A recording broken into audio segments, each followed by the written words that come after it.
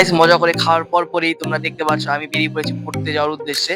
এরপর আমার এখানে বন্ধুরা ঢুকে গেছে।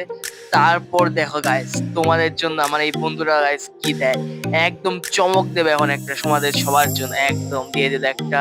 এবার আরেকটা হলো, এরপর দেখো গাইস আবার একটা কি হয়, তো গাইস দেখতে পারবে। এই তো আবার একটা হয়ে গেল। তারপর এখানে গাইস পড়া ছুটি পরে এখানে আমার ফ্রেন্ডরা চলে এসেছে, আইসক্রিম খাচ্ছি আমরা সবাই মিলে, মজা করছিলাম খুব। তো গাইস আজকে মিনি ব্লগটি এই পর্যন্তই। তোমরা ভালো লাগলে সবাই লাইক কমেন্ট সাবস্ক্রাইব শেয়ার করে আমার পাশে সাপোর্ট করবে। Thank you so much.